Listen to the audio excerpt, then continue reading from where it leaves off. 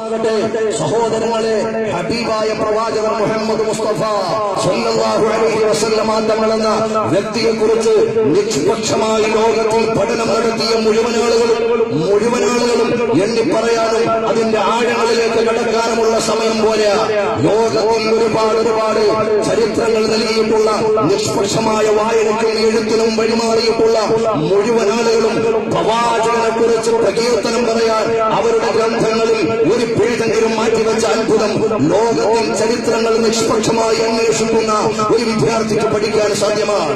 മാത്രമല്ല, ഹബീബായ പ്രവാചകൻ മുഹമ്മദ് മുസ്തഫ സല്ലല്ലാഹു അലൈഹി വസല്ലമ തങ്ങളുടെ പ്രോജ്വലമായ വ്യക്തിപ്രഭാവത്തെ അപകടപ്പെടുത്തിക്കൊണ്ട് എന്തൊക്കെയോ ചില കോപ്രായത്തരങ്ങൾ കാർട്ടൂണുകളിൽ നിന്നും പ്രത്യക്ഷപ്പെടുകയുണ്ടായി. ഡെൻമാർക്കിലും നമ്മുടെ പരിസരത്ത് ശാസ്താംകോട്ടയിലും ഉൾപ്പെടെ. എന്റെ പ്രിയപ്പെട്ട സഹോദരങ്ങളെ, അറിയുമോ അതിൽ നിന്ന് സമുദായത്തിലുണ്ടായ നേട്ടമറിയുമോ? ആയിരക്കണക്കിന് ആളുകൾ ഈ പ്രവാചകനെ കുറിച്ച് ഇങ്ങനെ ഒരു ചെറിയ ഛായാചിത്രം വരച്ചപ്പോഴേക്ക് കോടിക്കണക്കിന് വിശ്വാസികളുടെ മനം ഇളകിയെങ്കിൽ ആ വ്യക്തിയെ കുറിച്ചൊന്ന് പഠിക്കണമല്ലോ എന്ന് വിചാരിച്ച് പ്രവാചകന്റെ ഹിസ്റ്ററി പഠിക്കാൻ ഗൂഗിളിലൂടെ മറ്റുള്ള സംവിധാനത്തിലൂടെ ലോകത്തിന്റെ മുക്കുമൂലയിൽ നിന്ന് ആളുകൾ പഠിക്കാൻ തുടങ്ങി. അവസാനം വ്യക്തമായി പറയാൻ കഴിയും, ആയിരക്കണക്കിന് ആളുകൾ ബ്രിട്ടനിലും അമേരിക്കയിലും ജപ്പാനിലും ഒരുപാട് നാടുകളിൽ സഹോദരങ്ങളെ അശ്ഹദു അല്ലാ ഇലാഹ ഇല്ലല്ലാഹ് വഅശ്ഹദു അന്ന മുഹമ്മദുർ റസൂലുള്ളാഹ് എന്ന കലിമ പറഞ്ഞുകൊണ്ട് പരിശുദ്ധമായ ദീനിൽ മെമ്പർഷിപ്പ് എടുത്തു എന്നതല്ലാതെ ഒരു മുസ്ലിമിന്റെ ഹൃദയത്തിൽ പോലും വേദനയല്ലാതെ അങ്ങനെ പറഞ്ഞല്ലോ ഒരാശ്വാസമാണ് എന്നൊരിക്കലും ഒരു വിശ്വാസി തീരുമാനിച്ചിട്ടില്ല, ചിന്തിച്ചിട്ടില്ല. അതുകൊണ്ട് ഈ പറയപ്പെടുന്ന അപകടങ്ങൾ സമുദായത്തിന് വലിയ മുതൽക്കൂട്ടാണെന്ന് അതിന് നല്ല നിലയ്ക്ക് ചിന്തിക്കുന്നവർക്ക് എന്റെ പ്രിയപ്പെട്ട സഹോദരങ്ങളെ മനസ്സിലാക്കാൻ പറ്റൂ. ഈ ലോകത്തിലുള്ള സത്യവിശ്വാസികൾ മാതൃഭൂമിക്കാരനോട് പറയുകയാണ്, ഹബീബായ പ്രവാചകനെ അറിയാത്തവന് എഴുതാനും അതിനെ പ്രസിദ്ധപ്പെടുത്താനും എന്തായിരുന്നാലും അവർ വായിച്ചു നോക്കാതെ ഒരു വലിയ പത്രത്തിൽ ഒരിക്കലും കൊടുക്കുകയില്ല. ഹബീബായ പ്രവാചകൻ മുഹമ്മദ് മുസ്തഫ സല്ലല്ലാഹു അലൈഹി വസല്ലമ തങ്ങൾ നിങ്ങൾ ആലോചിക്കണം, ലോകത്തിൽ ഒരുപാട് നേതാക്കന്മാർ, ആചാര്യന്മാർ, യോഗികൾ, അപ്പോസ്തലന്മാർ, ത്യാഗികൾ, മുനിമാർ, ഋഷിമാർ, ഒരുപാട് ആളുകൾ ജീവിച്ചു പോയിട്ടുണ്ട്. പല നിലക്കുള്ള സാങ്കല്പികമായ കഥാപാത്രങ്ങളും പലരുടെയും ഗ്രന്ഥങ്ങളിൽ ജീവിക്കുന്നുണ്ട്, പലരുടെയും വീടുകളിൽ ജീവിക്കുന്നുണ്ട്, പലരുടെയും ആരാധനാലയങ്ങളിൽ ജീവിക്കുന്നുണ്ട്. അതിനെക്കുറിച്ച് നമുക്ക് വിമർശിക്കാൻ സാധ്യമല്ല.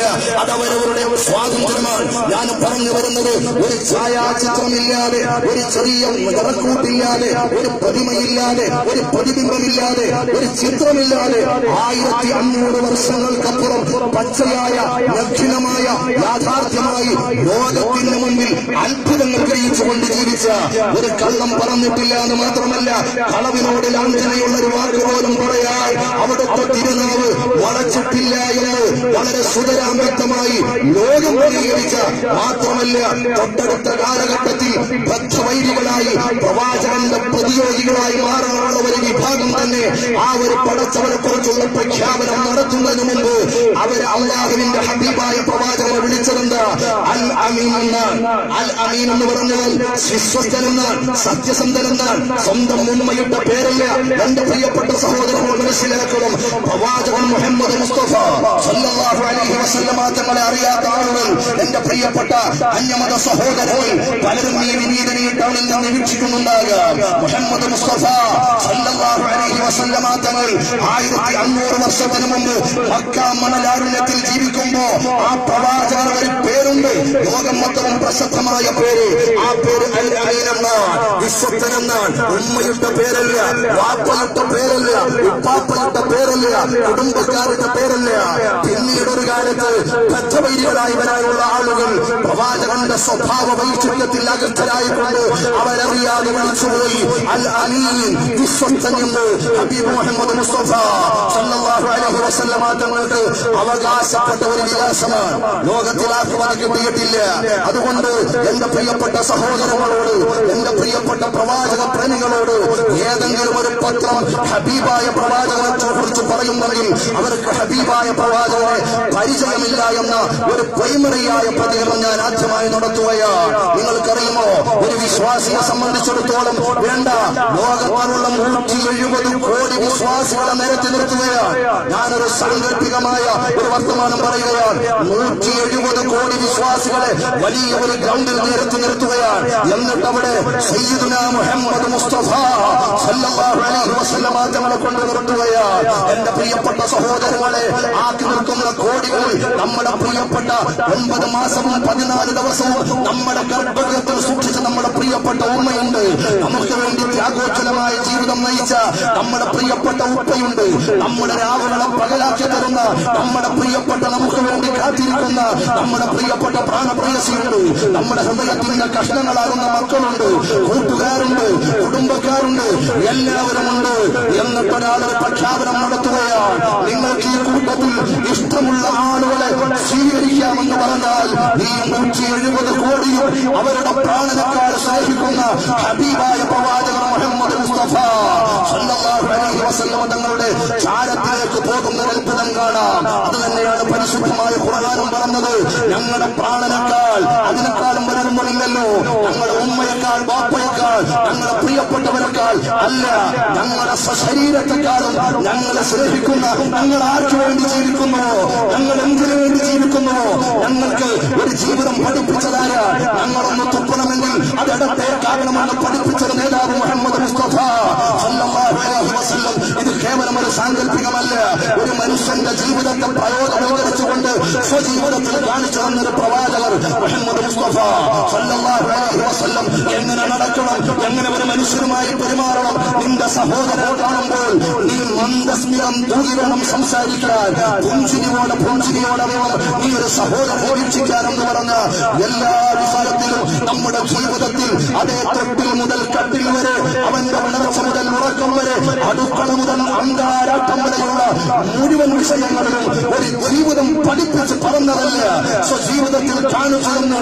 ലോകത്തിൽ ഇതുപോലെ ആത്മാവിപ്ലവം നടത്തിയ ഒരു സ്നേഹ സൗഹാർദ്ദത്തിന്റെ വലിയ ഒരു വികാസത്തിന്റെ വിധാനത്തെ കാണിച്ചു തന്ന ഹബീബായ പ്രവാചകൻ മുഹമ്മദ് മുസ്തഫ സല്ലല്ലാഹു അലൈഹി വസല്ലം തങ്ങളെ കുറിച്ച് ഞങ്ങളുടെ പരിശുദ്ധമായ ഗ്രന്ഥത്തിന് പറയാനുള്ളത്, എന്റെ പ്രിയപ്പെട്ട സഹോദരങ്ങളെ, قل إن كان آباؤكم وأبناؤكم وأزواجكم وعشيرتكم وأموال اقترفتموها وتجارة تخشون كسادها ومساكن ترضونها أحب إليكم من الله ورسوله وجهاد في سبيله حتى يأتي الله بأمره والله لا يهدي القوم الفاسقين.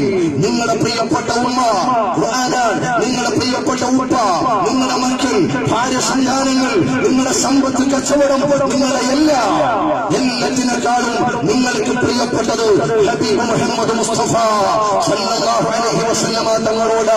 അതുകൊണ്ട് ഈ ലോകത്തിൽ 170 കോടി വിശ്വാസികളുടെ ഹൃദയത്തിൽ ജീവിക്കുന്ന ഒരു നായകനാണ് മുഹമ്മദ് മുസ്തഫ സല്ലല്ലാഹു അലൈഹി വസല്ലം. ആരെങ്കിലും അച്ചാരം വാങ്ങിയിട്ട് മാതൃഭൂമി പത്രക്കാരന് എന്തെങ്കിലും എഴുതി വെച്ചിട്ടുണ്ടെങ്കിൽ വാങ്ങിയ അച്ചാരം തിരിച്ചു കൊടുത്ത് ലോകത്തോട് മാപ്പ് പറയണമെന്ന് ഈ സദസ്സ് ആഗ്രഹിക്കുകയാണ്. എന്റെ പ്രിയപ്പെട്ട സഹോദരങ്ങളെ, കാരണം മുസ്ലിമീങ്ങളുടെ മാത്രം നേതാവല്ല, മുസ്ലിമീങ്ങളുടെ മാത്രം നേതാവല്ല, ഹൈന്ദവരുടെ മാത്രം നേതാവല്ല, ക്രൈസ്തവരുടെ മാത്രം നേതാവല്ല, ബുദ്ധന്റെയും സിഖുകാരുടെയും ജൈനന്റെയും മാത്രം നേതാവല്ല, മതമുള്ളവന്റെയും മതമില്ലാത്തവന്റെയും പോരാ, മനുഷ്യ വിഭാഗത്തിന്റെ മാത്രമല്ല, ജിന്ന വിഭാഗത്തിന്റെ മാത്രമല്ല, മലക്ക് വിഭാഗത്തിന്റെ മാത്രമല്ല, എല്ലാ ജീവജാലങ്ങളുടെയും ജീവനില്ലാത്തവയുടെയും അല്ലാഹു സുബ്ഹാനഹു വ തആല ജഗം നിയന്താവായ സർവേശ്വരനായ തമ്പുരാൻ അവൻ എന്തൊക്കെ പടച്ചു വച്ചിട്ടുണ്ടോ അതിന്റെ എല്ലാ നേതാവാണ് വമാ അർസൽനാക ഇല്ലാ റഹ്മത്തൽ ലിൽ ആലമീൻ മുഹമ്മദ് മുസ്തഫ സല്ലല്ലാഹു അലൈഹി വസല്ലം. അതുകൊണ്ട് മാതൃഭൂമി പത്രക്കാരനോട് തൽക്കാലം എനിക്ക് അത്രേ പറയാനുള്ളൂ. അതുകൊണ്ട് ഇനിയും അപകടങ്ങൾ വിളിച്ചു വരുത്തരുത്. സമുദായത്തിൽ ഒരിക്കലും അതുകൊണ്ട് കോട്ടമുണ്ടായിട്ടില്ല, നേട്ടങ്ങൾ ഉണ്ടായിട്ടുള്ളൂ. ഈ സംസാരം, ഈ സദസ്സിൽ ഹബീബിനെ കുറിച്ച് പറയാൻ കാരണക്കാരാരാണ്? ഇന്നെന്റെ വിഷയം പോലും അതല്ല. എങ്കിലും അവര് പറഞ്ഞ പ്രവാചകനെ സ്ത്രീരംഭടനായി ചിത്രീകരിക്കുമ്പോ ഒരു പ്രവാചക പ്രേമികളെ അടക്കി വെച്ചുകൊണ്ട് മറ്റൊരു പ്രമേയത്തിലേക്ക് കടക്കാനുള്ള ഒരു കഴിവും ഉണ്ടാവുകയില്ല. ഞങ്ങൾ ജീവിക്കുന്നത് ഹബീബിന. ഞങ്ങൾ മരിക്കണമോ ഏതെങ്കിലും ഒരു വ്യക്തിക്ക് വേണ്ടിയാണെങ്കിൽ അത് മുഹമ്മദ് മുസ്തഫ സല്ലല്ലാഹു അലൈഹി വസല്ലമ തങ്ങൾക്ക് വേണ്ടിയാണ്. അല്ലാഹു വേണ്ടതുപോലെ ചിന്തിക്കാനുള്ള തൗഫീഖ് എല്ലാവർക്കും നൽകി അനുഗ്രഹിക്കുമാറാകട്ടെ. പ്രിയപ്പെട്ട സഹോദരന്മാരെ, എന്റെ പ്രിയപ്പെട്ട സഹോദരന്മാരെ കൊണ്ട് ഞാൻ പറഞ്ഞു വന്നത്